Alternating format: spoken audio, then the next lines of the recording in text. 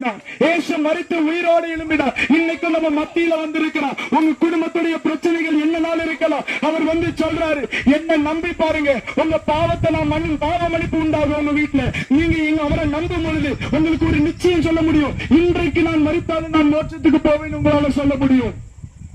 ஒரு மனுஷன் ஒருவேளை அவன் உயிரோடு இருக்கிற நாட்கள் 80 வயசா இருக்கலாம், இல்ல 70 வயசு, இல்ல 100 வயசு வரை மேக்சிமம் ஆடலாம். ஆனா இன்றைக்கு மரணித்தால் நாம் எங்கே போவோம்? இதை ரொம்ப கருத்துல கொள்ளணும். இயேசு சொல்லுகிறார், என்னை விசுவாசிக்கிறவனுக்கு நான் மோட்ச பாக்கியத்தை கொடுக்கிறேன். என்னை விசுவாசிக்கிறவனுக்கு நான் மோட்ச பாக்கியத்தை கொடுக்கிறேன். அவன் வாழ்க்கையை நான் மாற்றி காட்டுறேன்னு சொல்லி கர்த்தர் சொல்றாரு.